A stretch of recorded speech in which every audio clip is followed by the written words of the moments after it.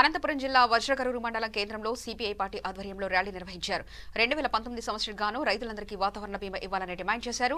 వజ్రకరూరు మండలం కరువు మండలంగా ప్రకటించాలని 2017-2018 సంవత్సరానికి ఇన్పుట్ సబ్సిడీ వెంటనే విడుదల చేయాలని కోరారు. అదేవిధంగా నివార్ తుఫాన్ కారణంగా నష్టపోయిన రైతాంగాన్ని ప్రభుత్వం ఆదుకోవాలని కోరారు.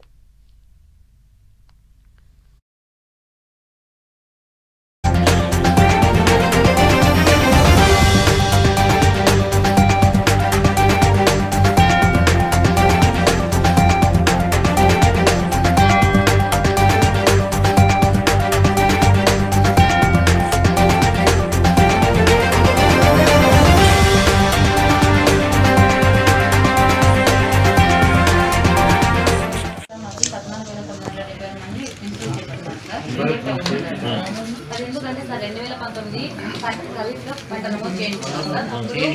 కొంతమంది చేయించుకోలేదు సార్, అలాంటి వాళ్ళు వెళ్ళిపోయారు. చేయించుకోలేదు అంటే చేయాల్సిన బాధ్యత మరి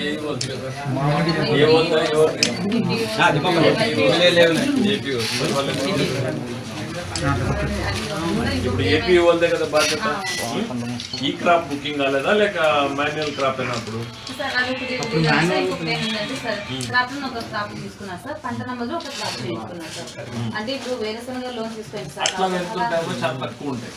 అంటే యాక్చువల్ అంటే ఇప్పుడు మనకి బ్లాక్ సార్ ఎక్కువ కదా సార్, అది బెంగాల్ గామ్కి ప్రొక్యూర్మెంట్ కోసం అనేది కొంతమంది ఫార్మర్స్ వేసాను చేసిన బెంగాల్ గామ్ చేయించుకుంటారు. అట్లా వేరే సపరేట్ కానీ బట్ మేజర్ గా మనకి వేరుశనగకు లోన్ తీసుకొని ఈ క్రాప్ బుకింగ్ చేయకుండా పోయిన వాళ్ళు ఎంతమంది ఉన్నారు?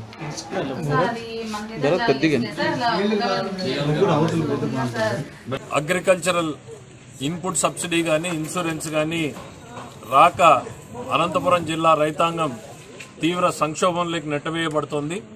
2018 ఇన్పుట్ సబ్సిడీ రాలేదు, 19 ఇన్సూరెన్స్ సగానికి సగం పైగా జాబితాల్లో లేనటువంటి పరిస్థితులు ఉన్నాయి, 20 ఇంతవరకు నమోదు కూడా చేసుకున్నటువంటి పరిస్థితులు ఉన్నాయి.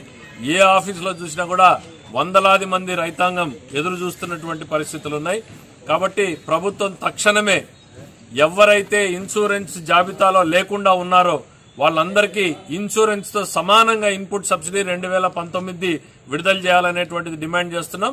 లేకపోతే ఇప్పటికే తెలుగుదేశం పార్టీ వామపక్ష పార్టీలు కలిపి ప్రత్యక్షంగా ప్రజాందోళన కార్యక్రమానికి శ్రీకారం చుడతామని చెప్పాం. వాటిని మరింత ఉధృతంగా ముందుకు తీసుకుపోతామని తెలియజేస్తాం.